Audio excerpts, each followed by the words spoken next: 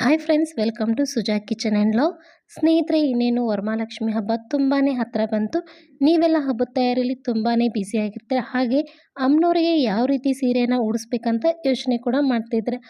ಇವತ್ತಿನ ವಿಡಿಯೋದಲ್ಲಿ ನಾನು ನಿಮಗೆ ತುಂಬ ಬೇಗ ಅಮ್ಮನವ್ರಿಗೆ ಯಾವ ರೀತಿ ಸೀರೆಯನ್ನು ಉಡಿಸ್ಬೋದು ಅಂತ ತೋರಿಸ್ತಾ ಇದ್ದೀನಿ. ತುಂಬ ಬೇಗನೂ ಆಗುತ್ತೆ, ಹಾಗೆ ತುಂಬ ಸುಂದರವಾಗಿ ಕೂಡ ಕಾಣುತ್ತೆ. ಹಾಗಾದರೆ ಮೊದಲಿಗೆ ನಾನಿಲ್ಲಿ ಸೀರೆಯನ್ನು ತೆಗೆದುಕೊಂಡಿದ್ದೀನಿ. ಹಾಗೆ ಬಟ್ಟೆ ಕ್ಲಿಪ್ಪು, ಒಂದು ಕೋಲು, ಹಾಗೆ ಸೇಫ್ಟಿ ಪಿನ್ನನ್ನು ತೆಗೆದುಕೊಂಡಿದ್ದೀನಿ. ಮೊದಲಿಗೆ ಸೀರೆಯನ್ನು ಪೂರ್ತಿಯಾಗಿ ಹಾಫ್ ಫೋಲ್ಡ್ ಮಾಡ್ಕೊಳ್ಳಿ.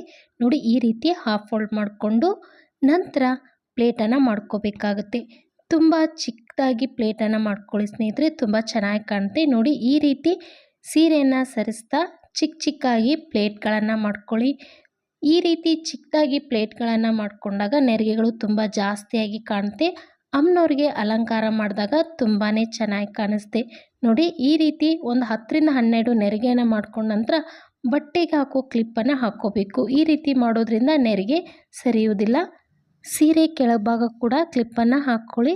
ನೀವು ಕ್ಲಿಪ್ಪಿನ ಬದಲು ಸೇಫ್ಟಿ ಪಿನ್ ಕೂಡ ಬಳಸ್ಕೋಬೋದು. ಆದರೆ ಸೇಫ್ಟಿ ಪಿನ್ ಹಾಕೋದ್ರಿಂದ ಸೀರೆ ಬೇಗ ಹಾಳಾಗೋಗ್ಬಿಡುತ್ತೆ ಸ್ನೇಹಿತರೆ.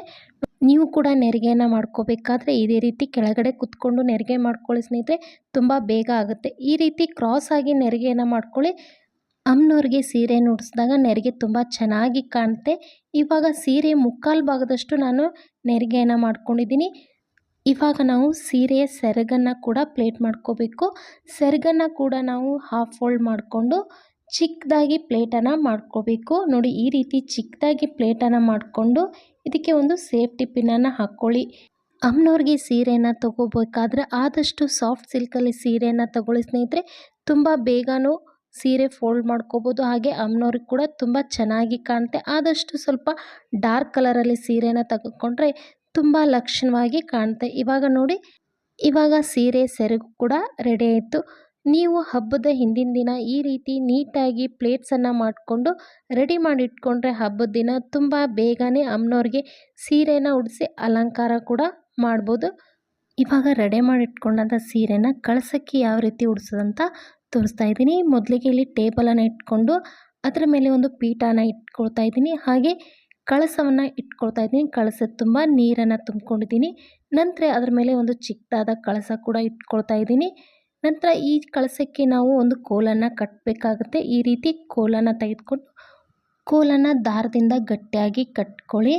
ನಂತರ ನಾವು ನೆರಿಗೆ ಮಾಡಿಟ್ಕೊಂಡಂಥ ಸೀರೆನ ತೆಗೆದುಕೊಂಡು ನೀವು ಇಟ್ಕೊಂಡಂಥ ಪೀಠ ಮತ್ತು ಕಳಸದ ಎತ್ತರವನ್ನು ನೋಡಿಕೊಂಡು ನೆರಿಗೆಗಳನ್ನು ಸರಿಯಾಗಿ ಅಡ್ಜಸ್ಟ್ ಮಾಡ್ಕೊಳ್ಳಿ. ನಿಮಗೆ ಎಷ್ಟು ಎತ್ತರಕ್ಕೆ ಬೇಕೋ ಅಷ್ಟು ಎತ್ತರವನ್ನು ನೋಡಿಕೊಂಡು ಸೀರೆಯ ನೆರಿಗೆನ ಈ ರೀತಿ ಒಂದು ದಾರದಲ್ಲಿ ಗಟ್ಟಿಯಾಗಿ ಕಟ್ಕೊಳ್ಬೇಕಾಗುತ್ತೆ. ನಂತರ ಈ ಕಟ್ಕೊಂಡಂಥ ದಾರವನ್ನು ನಾವು ಕಳಸಕ್ಕೆ ಕೂಡ ಕಟ್ಕೋಬೇಕು.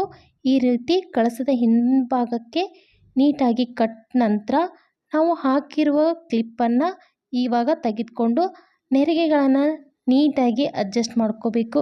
ನೋಡಿ, ಎಷ್ಟು ಚೆನ್ನಾಗಿ ಕಾಣ್ತಾ ಇದೆ. ನೀವು ಚಿಕ್ಕದಾಗಿ ನೆರಿಗೆಗಳನ್ನು ಮಾಡಿಕೊಂಡ್ರೆ ನೆರಿಗೆ ತುಂಬ ಜಾಸ್ತಿಯಾಗಿ ಕಾಣುತ್ತೆ, ನೋಡಲಿಕ್ಕೂ ತುಂಬ ಚೆನ್ನಾಗಿ ಕಾಣುತ್ತೆ. ಇವಾಗ ನಾವು ಯಾವ ರೀತಿ ಸೀರೆಯನ್ನು ಬಲಭಾಗದಿಂದ ಎಡಭಾಗಕ್ಕೆ ತಗೊಳ್ತೀವೋ ಅದೇ ರೀತಿ ಒಂದು ಸುತ್ತನ್ನು ಹಾಕಿ ಅಮ್ಮನವ್ರಿಗೆ ಕೂಡ ಎಡಭಾಗದಿಂದ ಬಲಭಾಗಕ್ಕೆ ಸೀರೆ ಸೆರಗನ್ನು ಹಾಕೋಬೇಕಾಗತ್ತೆ.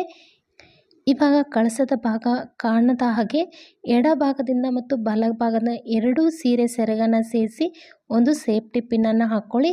ನಂತರ ಎಕ್ಸ್ಟ್ರಾ ಆಗಿರುವ ಸೇಫ್ಟಿ ಪಿನ್ನನ್ನು ನಿಧಾನವಾಗಿ ತೆಗೆದು ಇವಾಗ ಸೆರಗಿನ ಭಾಗದಲ್ಲಿರುವ ಪ್ಲೇಟನ್ನು ನಿಧಾನವಾಗಿ ಅಡ್ಜಸ್ಟನ್ನು ಮಾಡ್ಕೊಳ್ಳಿ. ಇವಾಗ ನಿಮಗೆ ಸಿಂಪಲ್ ಆದ ಒಂದು ಟ್ರಿಕ್ಸನ್ನು ಹೇಳ್ತಾ ಇದ್ದೀನಿ. ಈ ರೀತಿ ಮನೆಯಲ್ಲಿರುವ ನ್ಯೂಸ್ ಪೇಪರನ್ನು ಈ ರೀತಿ ದೊಡ್ಡ ಗಾತ್ರದ ಉಂಡೆಯನ್ನು ಮಾಡಿಕೊಂಡು ಸೀರೆ ಎಡಭಾಗಕ್ಕೆ ಮತ್ತು ಬಲಭಾಗಕ್ಕೆ ಈ ರೀತಿ ಇಡಬೇಕಾಗುತ್ತೆ. ಈ ರೀತಿ ಇಡುವುದರಿಂದ ಅಮ್ಮನವರು ಪದ್ಮಾಸನದಲ್ಲಿ ಕುಳಿತಾಗೆ ಕಾಣುತ್ತೆ, ತುಂಬ ಚೆನ್ನಾಗಿ ಕಾಣುತ್ತೆ. ನೋಡಿದ್ರಲ್ಲ ಸ್ನೇಹಿತರೆ, ಎಷ್ಟು ಕಡಿಮೆ ಸಮಯದಲ್ಲಿ ಅಮ್ಮನವ್ರಿಗೆ ನಾವು ಸುಂದರವಾಗಿ ಸೀರೆಯನ್ನು ಉಡಿಸಿದ್ವಿ ಅಂತೇಳಿ. ನೀವು ಕೂಡ ಈ ವರಮಹಾಲಕ್ಷ್ಮಿ ಹಬ್ಬಕ್ಕೆ ಈ ಮೆಥಡಲ್ಲಿ ಒಂದ್ಸಲ ಅಮ್ಮನವ್ರಿಗೆ ಅಲಂಕಾರ ಮಾಡಿ ನೋಡಿ, ತುಂಬಾ ಸುಂದರವಾಗಿ ಹಾಗೆ ಲಕ್ಷಣವಾಗಿ ಕೂಡ ಕಾಣುತ್ತೆ. ಇವಾಗ ನಿಮ್ಮ ಮನೆಯಲ್ಲಿರುವ ಒಡವೆಗಳನ್ನು ಹಾಕಿ ಕಳಸಕ್ಕೆ ಅಮ್ಮನವರ ಮುಖವಾಡ ಹೂವನ್ನು ಹಾಕಿ ನಿಮಗೆ ಇಷ್ಟವಾದ ರೀತಿಯಲ್ಲಿ ಅಲಂಕಾರವನ್ನು ಮಾಡ್ಕೋಬೋದು ಸ್ನೇಹಿತರೆ.